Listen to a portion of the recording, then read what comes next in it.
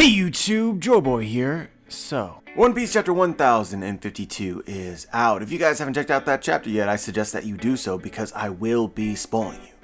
But now that you have, let's begin. I think most know by now that Wano is ending, or at least Oda is leading us to believe that Wano is ending. If this chapter didn't say as much anyway. But yeah, essentially the premise is Oda and team released a statement. He's going to take a month off after this next chapter, chapter 1053, to help direct the One Piece Netflix film, to play a larger role in that, I would presume. Also to get some vacation time in and try to tighten up the remaining saga of One Piece, or what is left of the story. My instant reaction to this news is hell yeah. Hell yeah. If anybody on this planet, I mean, this is an exaggeration, of course, but if anybody deserves a vacation, it's Oda, and my only question is, why didn't this start sooner? You could have been doing this at the end of every arc, and I guarantee you the fan base would have been with it.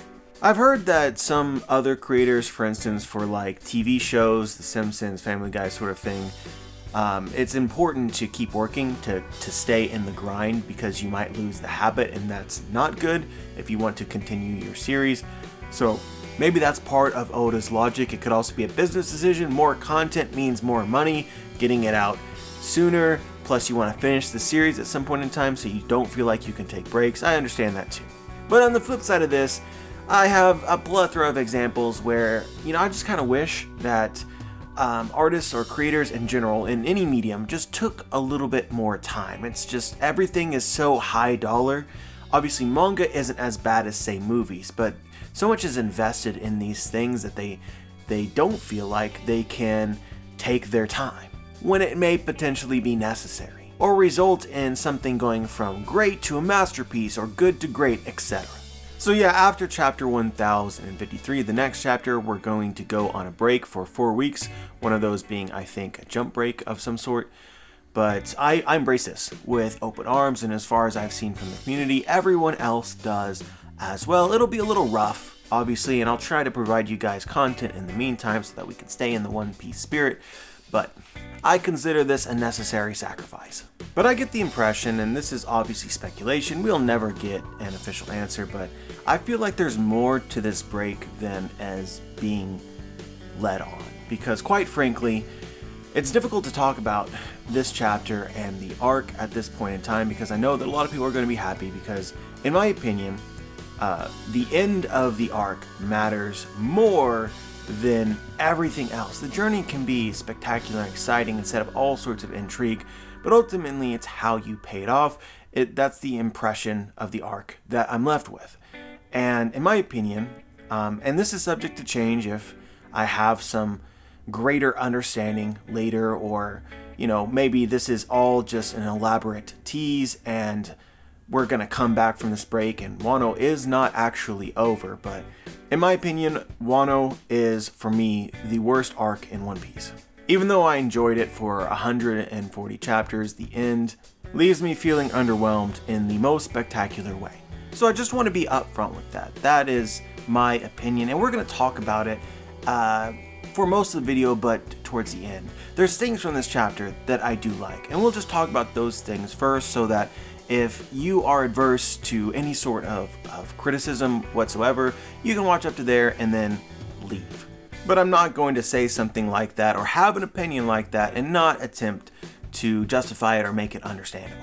So to begin with, let's talk about the cover story. It seems like it's unlikely that there's any other faction attacking Whole Cake Island at the moment aside from Germa, aside from Ichiji and Revujo. And that's not really a problem for me, because I never really had that expectation for more than this from the beginning.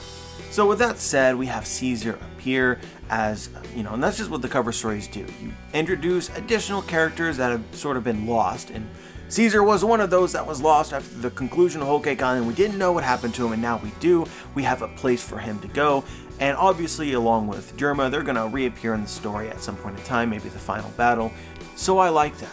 I also like the combination of the sciences of Germa and Caesar, and if that's going to produce anything that's relevant to the main story. We then begin the chapter, and we have the Gorosei talk about the fall of the Yonko, we see that Zunisha has left the island and that the Marines stationed there were unable to breach Wano's borders. Even further, it's suggested that Momonosuke's decision to not open the borders, which seems tied to Zunisha in some way, was in fact an intelligent decision, because had he had done that, it was likely that the world government would have swept in and then won, even though they don't have anybody on their crews capable of getting into Wano. Like, side note, I kind of feel like someone like Tengu Yamahitetsu could have taken all of those Cypherpole agents or all those Marines easily, because they're all scrubs. They didn't send one person with a pulse. This leads us immediately into a 7-day time skip where we're left with cliffhangers for essentially every bit of drama that remained from the last chapter. The fates of Kaido and Big Mom, we don't know. About the volcano erupting or the state of Wano itself, we don't know. But despite this being left as a cliffhanger, I still have hope that, I'm not sure about Kaido, right? But Big Mom and the Big Mom pirates disappeared. If they just died, if Big Mom just died and the Big Mom pirates just left without any moment in the story, I just can't believe that. The same with the state of Wano and the volcano. Even though nothing immediately happened over the period of 7 days, it doesn't mean that something can't happen after 7 days. So I'm still, like the theory that I made last week about how volcano and a compound in Seastone can create island cloud or sea cloud. This is still something that, even though we don't get an immediate answer for, it may come later. Not saying that this theory will happen, but more so in terms of like Big Mom, just because we don't get confirmation of whether Big Mom is alive or dead or what happened to her crew doesn't mean we won't get an answer. That's something that I feel like Oda has to explain or make them reappear somewhere else at some time soon. I just pray that it isn't in a cover story and that the Big Mom pirates are no longer relevant to the hero's journey from this point forward. I know that some people disagree because they're just ready for the Big Mom pirates to be gone, but in terms of that story and everything that it promised, and even besides that, just an awesome moment, right? From Big Mom's crew. We waited patiently for them to go up the waterfall and do something. So I definitely want to see this in the main story, so I hope that it isn't a cover story. Until then, I'll remain excited for more. But as I said, 7 days passed, and this chapter mainly focused on the Straw Hats and some of the results of the battle. We see that Izo and Shutimaru have died. We see that Luffy and Zoro finally wake up, and we have some crew bonding moments, which I enjoy. As a side note, it's like one of those things where, and we'll talk about this more later, but there's a lot of characters, right? So for a long period of time, people have been asking for more of these kinds of moments from the story of just the Straw Hats having fun, playing around, being lighthearted with each other, just so that you get a sense of how everyone interacts with each other. It's just pleasant moments in general. So, maybe this wasn't the moment for me because of all the things that also disappointed me, but at the same time, I enjoyed that. We also have some hints that bounties are incoming. It's something that I'm excited for. I just made a video about that you can check out. And at the end, we have the doom of Marine Admiral Green Bull finally making his move in the story. He has arrived at Wano, and we can see that he has some sort of plant-related power. I think that we should reasonably hope that there's something cool that happens from all this. Again, the impression is that after chapter 1053, Wano will be over and the Straw Hats will begin to leave the island. But how will they leave? How will they interact with Green Bull? What will come of that is something that is definitely exciting. So overall, I think that this was a necessary ending for a chapter, and I'm glad that there's not a break this week, because this would have been an awful chapter to sort of sit over for an entire month. Green Bull's Devil Fruit is one of the most exciting things, mysteries remaining in the story, along with who he is and what he will do. It's a question. You guys remember one of the first videos I ever made on YouTube, and we made other ones later as well where I included updated information. Of course, I've talked about every chapter since the beginning or before Whole Cake Island in Zou, but we speculated a long time ago, along with other people as well, that it's probable or likely, or we thought that Green Bull had a plant-related devil fruit. There's a lot of reasons for this. For instance, the color of the Admiral is typically reflective of their power. Akainu separates into red dog and red magma. Kizaru is yellow monkey, yellow and light powers. Aokiji, blue pheasant, has ice powers. Fujitora is purple, basically, purple tiger, and has gravity powers associated with the color purple. So you assume that Green Bull, right? Green would reflect Admiral Ryokugu's or Green Bull's ability. And it seems likely that it is, and plants always fit or made the most sense to me. You also have other connections, for instance, like, the original Admirals all had Logia powers that were related to natural phenomenon. You had light, magma, and cold or ice. And then with the new Admirals, after we lose a few, you have light, which is science-based, gravity, which is science-based, and maybe plants, which is science-based. Seems confirmed. Taken even a step further, all the original Admirals were Logia types, and that changed with the introduction of Fujitora, who had a paramecia. So we don't know this yet, but it would be really cool. You have Kizaru, who is the Logia, Fujitora, the paramecia, and then Green Bull, who is perhaps a mythical zone.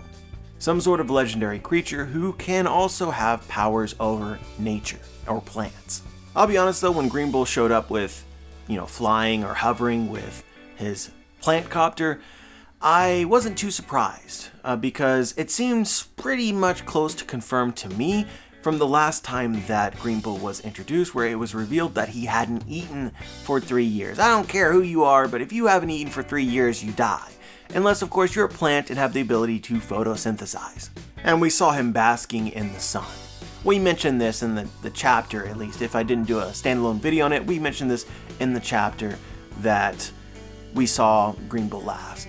I was pretty darn convinced. So now it's more so a question of whether he is a mythical zone or he is some kind of plant paramecia.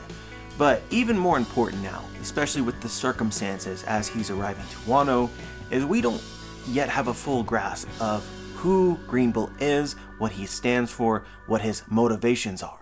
But we have some clues, mainly that it was Green Bull along with Fujitora were kind of seen as outsiders.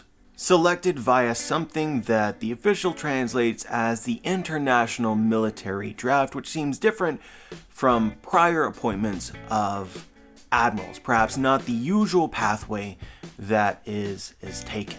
Overall, the impression that I get is that the world government and the Marines selected the two strongest people that were associated with them, and not necessarily the two strongest people who were also the most loyal to their cause, the most controllable. It was an appointment based on their monstrous strength alone, which was perhaps considered necessary considering the shifting of the balance of powers. And certainly as we meet Green Bull and we meet Fujitora, there's a plethora of evidence from the story that suggests that they're both kind of loose cannons. People whose allegiance may not be entirely to the Marines and the world government. They have some kind of agenda for themselves. This is insanely clear with Fujitora, who was introduced during Dressrosa and had a job to do essentially while there, to capture the Straw Hats and not undermine the warlord system, undermine the Shichibukai and Doflamingo. And for the entire arc, basically, he played coy and attempted to do as little as possible in the hopes that Straw Hat Luffy would defeat Doflamingo so that he could make a statement at the end of that arc, broadcast it to the whole world. Hey, the Seven Warlord system is no good, we need to get rid of it because these people are not good people. And this bit of individualness from Fujitora has been paid off recently, which angered Akainu incredibly. Fujitora clearly has no problems with angering Akainu. Although there's far more evidence for Fujitora than Green Bull simply because Fujitora has been in the story more and has had great moments, I think that you see something similar Oda setting up with Green Bull, where he was ordered by Akainu to confront Fujitora, and rather than do that, kind of took his sweet time and instead had a conversation with him. So I think the Green Bull is going to be unpredictable, and it really just depends on what he believes, what he stands for, and who he is as a person, and I hope that we discover this soon. But with that being established, just really curious as to what he's going to do in Wano. I've seen some people already speculate that he might be from Wano. We have this idea of the international military draft. What does that mean, international military draft? Did they select maybe candidates who were from countries that, you know, were considered international? You know what I mean? Like Wano would be one of those countries, perhaps not part of the world government, but still people that had managed to join the Marines. That, and you know, I don't know what international means, but that makes a lot of sense to me. And certainly Wano would be one of those countries where if you were from Wano but attempted to join the Marines, you know, that you're a black sheep by nature. Again, people have already speculated because we know that Green Bull has been fasting for 3 years. I don't think that he's really been fasting because he's a plant and can photosynthesize, so he has been eating, but still he's not eating like human food. And so Green Bull makes his appearance in Wano at the end of this chapter, but we have an interesting line from Yamato in the same chapter. Yamato says, in Wano they have a custom to give something up until their prayers are answered by the gods.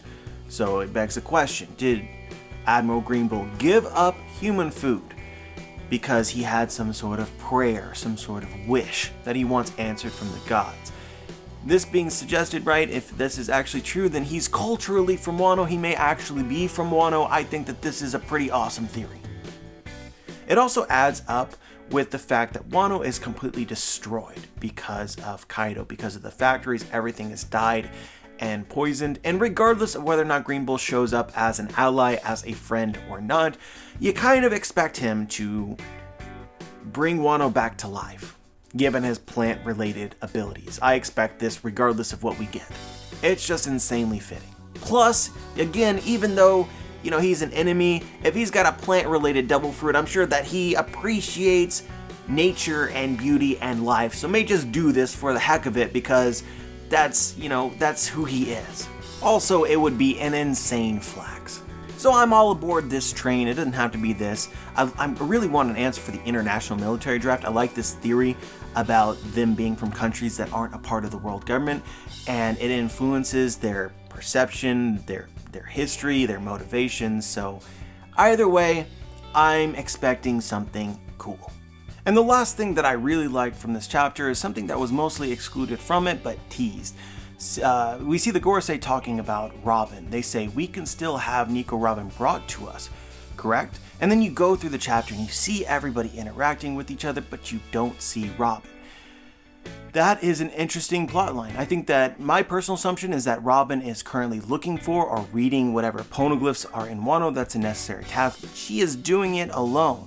So this actually adds some tension, something that I'm excited for. I'm not sure if it's actually going to pay off in any way, but I really, really, really hope that it does, and certainly the potential is there. All you need is just to spend some time on it, whether Robin gets captured or she doesn't. You want a moment and say like, wow, I'm glad that this component of capturing Nico Robin was in the story.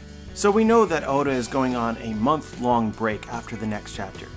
My opinion, the vast majority of the next chapter is probably going to be about Nico Robin. We're going to see her read the poneglyphs. We're going to get some massive info dumps about the Void Century, the true history, things that we've been dying to know forever, and then the idea of Robin being captured is going to be brought up, which means that you've accounted for, if this goes this way, the vast majority of the content of the next chapter, meaning that aside from this, you won't get much else. Obviously, it'll be a great chapter if it goes down like this because you can't lose, right, with this sort of content. But what it means for all the remaining things that people have expectations for Wano, assuming that Wano ends, just unlikely that it becomes anything. And I'm not saying this to be mean or to be angry. This is solely for my own expectations and maybe to influence yours at least a little bit. Like this just, unless, it would be awesome if Wano continued or if we got more than this, but I wouldn't count on it.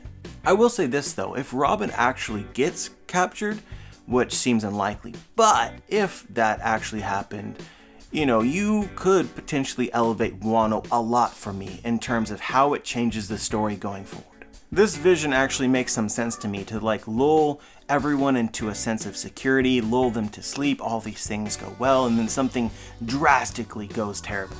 But we'll see. And this pretty much concludes what I really liked about the chapter. In terms of, I want to talk about all the various things that have been happening over the course of Wano, the culmination of the journey of many of these plots and characters. But I would say that almost all of them have fallen short for me here at the end. But I want to make this very clear because it's something that I've preached a lot and still believe. Oda can write whatever story that he wants to. If he's satisfied by the story and people like it, then I have no issues with it. All I can really do is explain my perception, right? How I feel.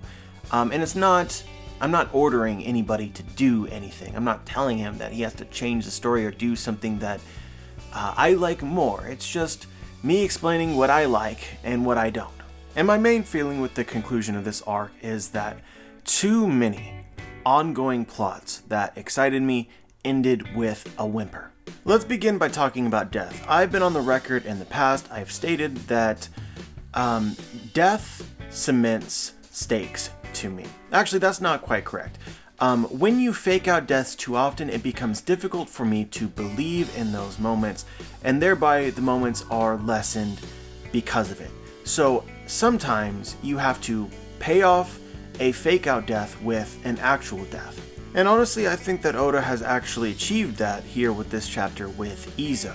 Izo is a character that I care enough about that the actual death, rather than a fake out, to some extent helps me in the future maybe believe that a character might die. It makes the moments feel more real when we get them. So it's about time that we kill this idea that Oda does not kill characters, because now you have irrefutable proof. If you didn't have Yasu before and Pedro before that, now you have Izo. Characters can actually die. Just because a character is supposed to die, you can't immediately assume that it is a fake out. That is fake news. My problem with Izo's death is that Izo has a very strong connection to Kiku. Brother and sister, they had a childhood together, and when this was introduced and when Izo died, it creates an expectation that, hey, if Izo has actually died, I expect something, a moment, an emotional moment of some kind, something that feels like payoff. And we didn't really receive that at all. Instead, we have this quick brush up of characters not even, not Kiku, for instance, talking about these deaths, and it's just passed over and it felt like nothing. Whether or not a moment pays off in a story has a lot to do with what the author wants to do, how much time they want to invest in it. I think that there could have been something here, but overall it felt hurried, as if Oda didn't want to linger on these feelings of sadness, which might have been his intention, but it didn't give me really much of anything. But overall, this moment was only really disappointing in any way for me because of Izo. As far as Ashura Doji is concerned, I didn't, and I still don't really care at all. Ashura Doji's death is probably the weakest example of death that you could ever use in anything, ever, in my opinion. It's death for the sake of death. I don't think that you should just kill off characters unless they're just random scrubs. I think that the death should have some sort of meaning. It should be designed to create emotion, or in some way change the landscape of how we view the current situation or the prospects for the future. Ashura Doji died in my opinion, like the most anticlimactic way that you could imagine. We're not even sure that he dies, he gets poked, but everyone gets back up. But Ashura Doji just doesn't get back up, and we just don't see him again. It felt honestly like Oda removing a character from the war so that he wouldn't have to spend any more time on them. Not once did he even try to give us a moment to care. So as we sit at the end of the arc and we can sort of evaluate the roles that all the characters played, I'm not certain that Ashura Doji was really necessary to the story at all. If you removed him, does anything significant really change? Is anything great lost? Could his role have been performed by somebody else? In all these cases, I think so. So, in retrospect, I kind of wish that Oda had just deleted him. We could have the 8 red scabbards just the same as the 9 red scabbards, and it doesn't change my enjoyment at all.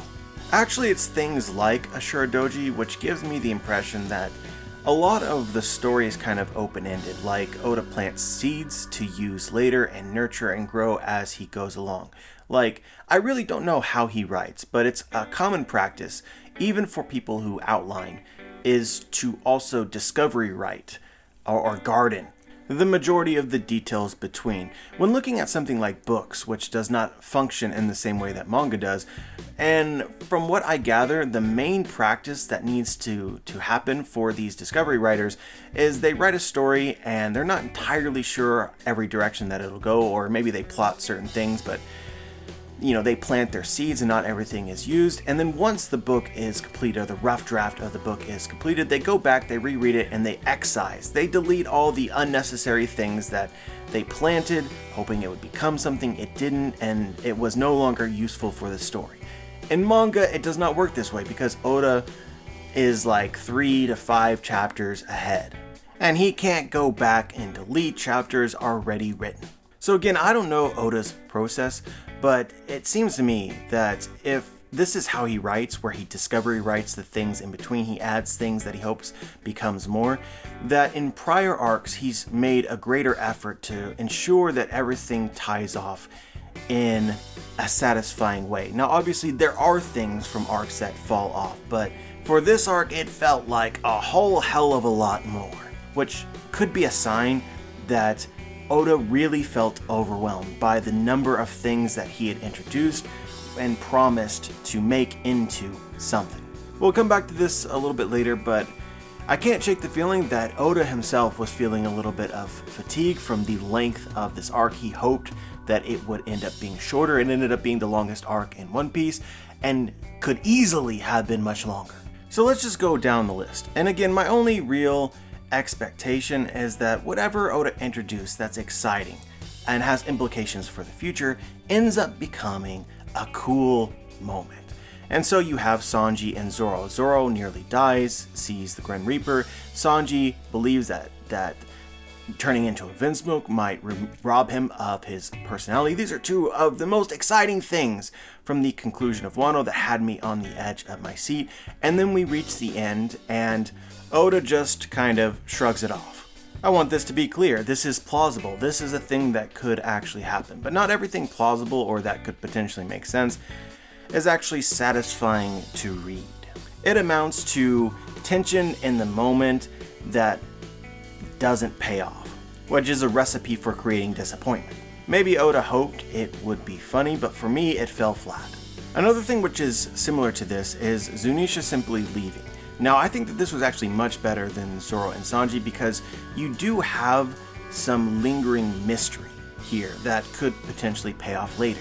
Zunisha will in some way in the future open the borders of Wano, or Zunisha is required to open the borders of Wano, so that itself is cool. And I think Oda hoped that as she left, based on Momo's decision to not open the borders, that maybe he would give the readers something else to latch onto in place of the disappointment of introducing something exciting that amounted to nothing. So like I said, this was better than Zoro and Sanji, but you still have this same problem of, we have a thing that people are excited for. They're hoping for something to be used in some way, and it's not. My main issue with where Zunisha went in the story is my question as to if it makes sense. You'll recall that the world government initially sent people to Wano, sent agents and ships, under the presumption that Kaido would win, right? So if you pause here and think about it, it's a little bit confusing. The world government thought it was exponentially unlikely that the Straits would win. They thought that Kaido would win, but in order to get into Wano, they needed the borders to be open. Basically, they needed the Straits to win. So why did they send anybody in the first place? Why did they say it didn't matter who won, when clearly it did? Maybe there's something here that I don't understand, but it seems a lot like a retcon. We can only speculate, but again, under the assumption here that Oda plants seeds, like for instance, Zunisha is a seed he plants, with the potential of doing something with her later, like having Zunisha actually do something. Maybe even at some point he thought that Zunisha might open the borders of Wano, but we reached the end here and none of that came to pass, so you're left with an explanation that doesn't make a whole lot of sense when thought deeply about it. on top of being a major teach, which has high potential of being unsatisfying. Because again, just to restate this for clarity, if Kaido wins, which was their assumption, the borders don't get open, so sending people matters not. Just as a side note, I really don't mind retcons as much as some other people. Ultimately, for me, it just depends on if something was retconned to deliver an even greater moment. So that was kind of the aspect of this that was lacking. I don't mind if Zunisha leaves and the world government's logic doesn't make complete sense, as long as you have something cool to replace it. The cool thing that we got to replace it is Zunisha left. Speaking of potential retcons here, so 2 maybe in the same chapter, Basil Hawkins being the 1% man. I actually like this answer. It makes Basil Hawkins a somewhat interesting character, that his pride wouldn't allow him to switch teams again or join with Kid after betraying him. I could actually spend some time to talk about Basil Hawkins, maybe his mindset, to dig deeper into his character. I don't know if Oda intended for us to do that or not, but I could and make it a bit more interesting. Like, he's this destiny guy. He wants to control this always, and he wants to make these logical decisions to put himself in a position to achieve his dream. And at every turn, it seems as if it compromises his integrity. And even still, he's always on the wrong side. I could see that being very frustrating. So rather than switch teams again when he reads the cards and see that Kaido is going to lose, he instead tries to fight against fate. Something he hadn't done throughout the story. At the same time, the ideal reveal, once it's made, typically makes perfect sense. Like, that's what you aim for as an author. You set some sort of mystery. Who is the 1% man? And then eventually you give the answer 50 chapters later, and everyone's like, oh my god, I didn't think about that. But that makes perfect sense. This is really not the case for Basil Hawkins being the 1% man, and all you have to do is read the dialogue that he had as throughout Onigashima. He hypes the Yonko up to an absurd degree, and of course you can say, well, he was just lying, he was putting on a front or trying to make Killer lose his will, and that's plausible. But at the same time, from an author's perspective, there's ways that you can write things to where it means something in the moment, but it has completely different meaning as you look back on it. And it would have been so easy, in my opinion, to give Hawkins these lines about the Yonko, about how unbelievably strong they are and how impossible they were to defeat, while simultaneously making him the 1% man who has predicted Kaido's defeat. The dialogue does not reflect this in any way, and it makes it feel like a retcon. As if Oda had some idea for who the 1% man was, but changed his mind for whatever reason. And I want to make this clear, I don't really care who the 1% man was. He could have literally picked anyone. It could have been just Drake. But this feeling of another retcon to coincide with the thing about Zunisha, which doesn't make sense, further substantiates my sort of opinion that Oda cut the arc a little bit short, like he was fatigued with it and was just ready for it to end and needed to provide some kind of answer to these mysteries before we move on. Maybe because the Strats won in the way that they did and Kaido and crew and Big Mom didn't give them as much resistance as maybe he thought that they would, it no longer felt appropriate to label Luffy as the 1% man or one of the allies such as Drake. Or maybe Oda was just going for some kind of twist, some sort of unexpected answer that he hoped would be exciting and satisfying to some people, and maybe it was. Another example of this in the same chapter is Tama. I think that there's a line included in this chapter where Tama is talking to Nami and basically saying, like, I want to be enchanting like you one day, which ties back to her original conversation with Ace, a big facet of her story, and Luffy, and essentially provides us some closure for the idea of Tama joining the crew or asking to join the crew. It appears as if she won't because she does not yet see herself as an enchanting kunoichi, therefore she probably won't ask. This does not satisfy me at all because we need some sort of middle piece, right? We need a moment for Tama where she realizes, hey, I need to be older or I need to be more beautiful before I can set sail with Luffy. Without this understanding of why Tama has decided this, it feels just like an answer given to resolve a lingering plot thread and move on. if not a retcon, right? It feels as if Oda planted the seed of Tama joining the crew, hoping that it would one day blossom into a good moment. Maybe Tama asks Luffy to join when there's some conversation. He can be a wordsmith and make it powerful and emotional, but we reach the end of the arc, maybe he's fatigued, and you never get that moment. So it feels very unsatisfying. Or on the flip side, maybe at one point in time, Oda thought that Tama might join the crew, but then he reached the end of the arc, realized that there's too many characters. That's kind of the problem with Wano itself, so maybe we shouldn't add additional characters to the Straw Hat crew. That's of course just headcanon, but something that would make sense to me. Like, he thought that maybe both Yamato and Tama would join, but now it's like, no, it's not a good idea to have more characters. Anyway, you could argue that Tama is meant to be a red herring, essentially a distraction from who will inevitably join the crew.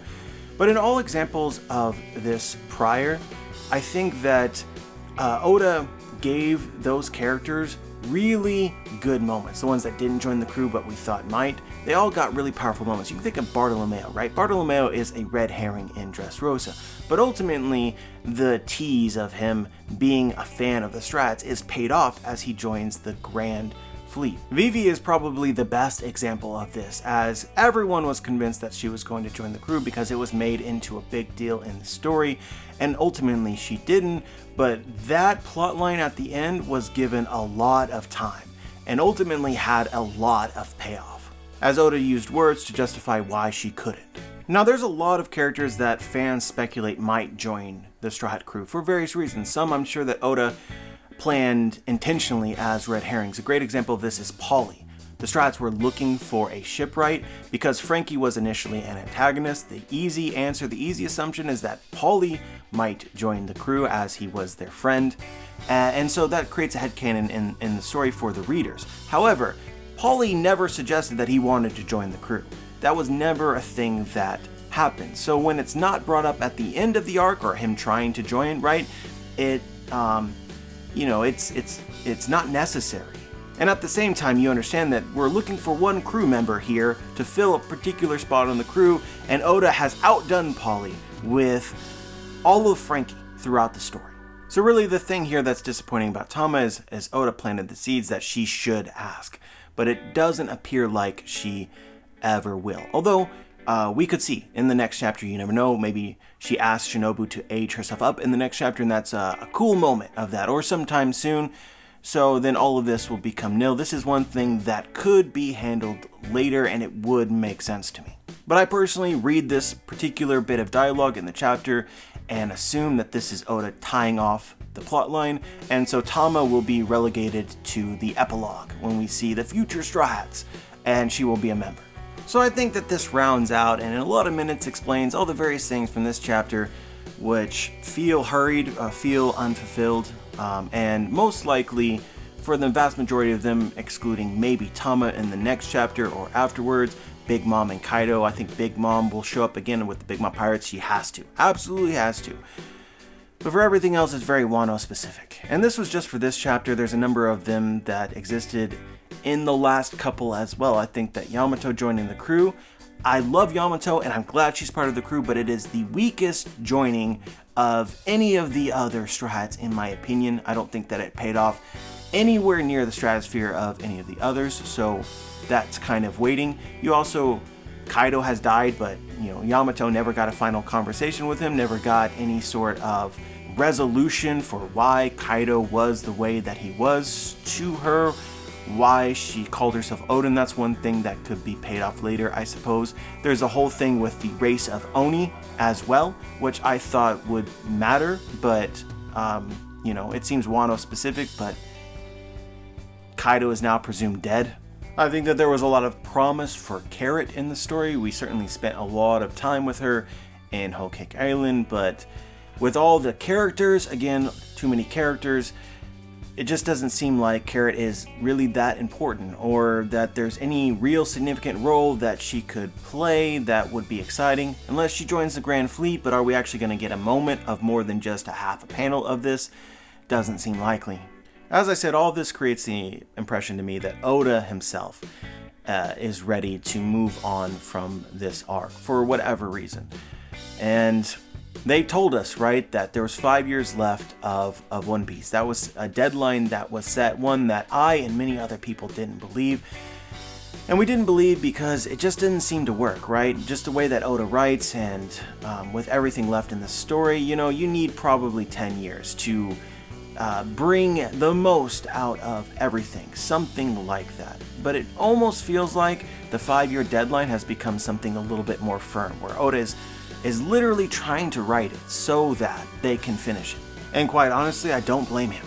And after 25 years of writing One Piece, I think that you can understand that this is not Oda's normal. This is not how he has operated throughout the course of the story. He's just sort of let his imagination run wild, take it where he will, and then take the time necessary to bring out as much as he can from everything that he attempts to do.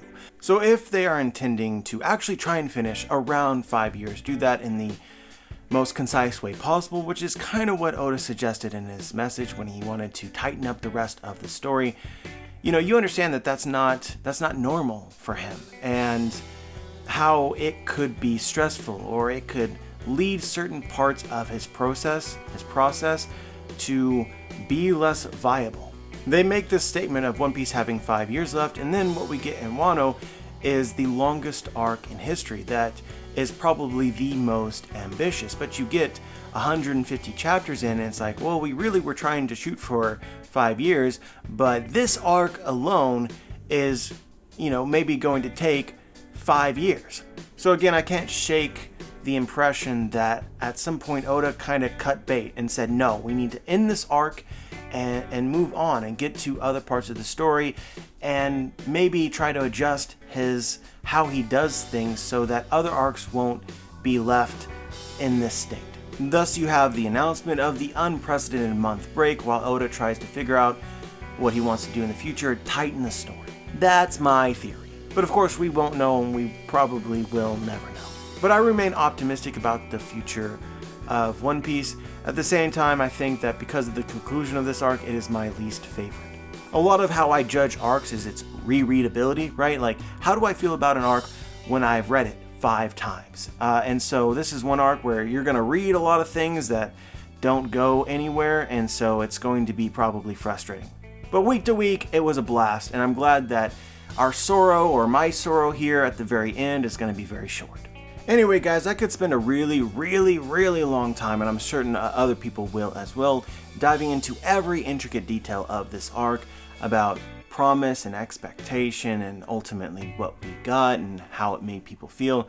I don't really feel compelled to do this, although I could. We'll see how I feel in the future, but let's just call it good here. I've said what I had to say. I feel justified in saying it, but I'm turning the page. So we're ending this chapter review too. As always, I'm curious as to what you guys think, whether you noticed something from the story that I might have missed. Just let me know. Like the video if you liked the video, dislike the video if you disliked the video, subscribe if you want to be notified for my future content, and as always guys, have a wonderful day.